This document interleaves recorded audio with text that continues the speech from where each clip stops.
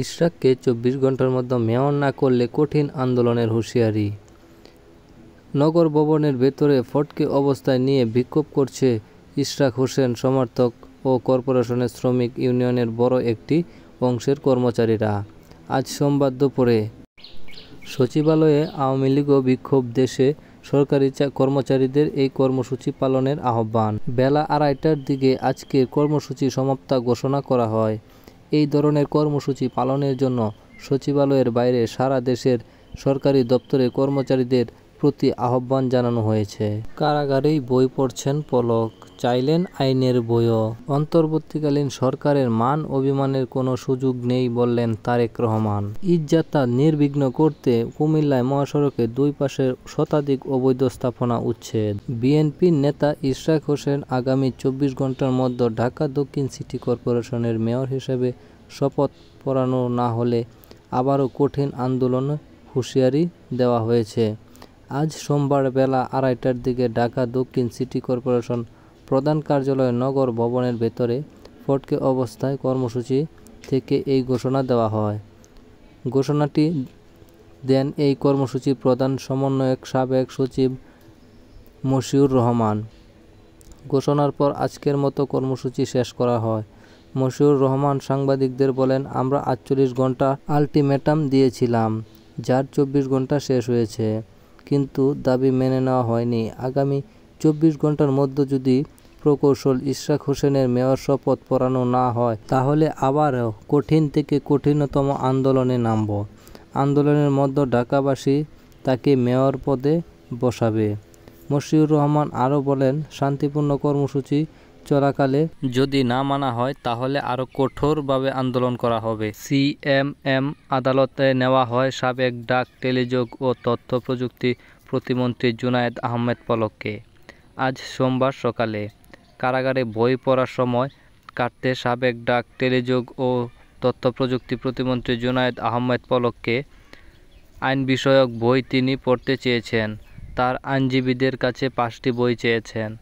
আজ সোমবার Dhaka chief metropolitan magistrate CMM আদালত কারাগারে নিজেকে আইনজীবীদের এসব কথা জানান পলক।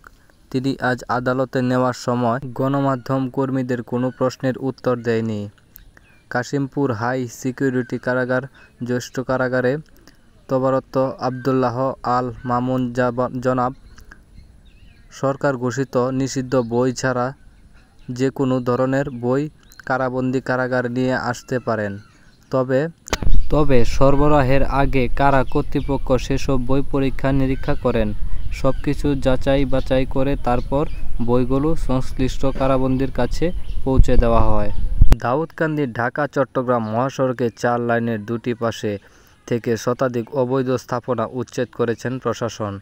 আজ কুমিল্লা দাউদকান্দি ঢাকা চট্টগ্রাম মহাসড়কের দুই পাশ থেকে শতাধিক অবৈধ স্থাপনা উচ্ছেদ করা হয়েছে। আসন্ন ঈদযাত্রা যানজটমুক্ত চলাচল নিশ্চিত করতে এই অভিযান চালানো হয়েছে বলে জানিয়েছেন সংশ্লিষ্ট কর্মচারীরা। আজ সোমবার বেলা 11:30টার দিকে অভিযান হয়।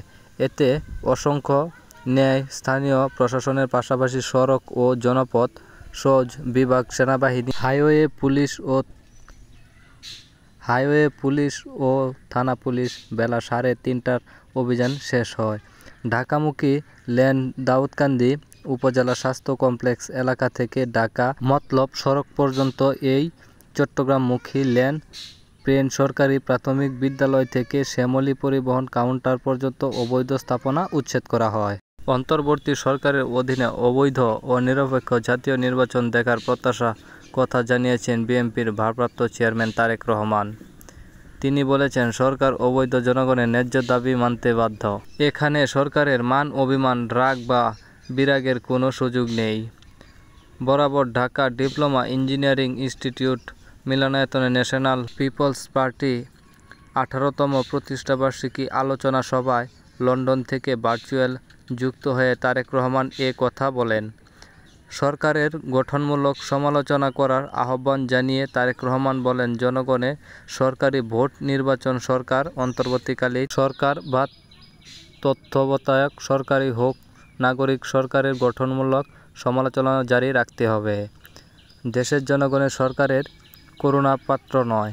তিনি বললেন, শনিবারে প্রধান উপদেষ্টা অধ্যাপক মোহাম্মদ ইউনূসের সঙ্গে বিএনপির প্রতিনিধি দলের বৈঠক হয়েছে। বৈঠকে প্রধান উপদেষ্টা বিএনপি আগামী ডিসেম্বরের মধ্যে জাতীয় নির্বাচন অনুষ্ঠান করার কথা পুনর্ব্যক্ত করেছেন।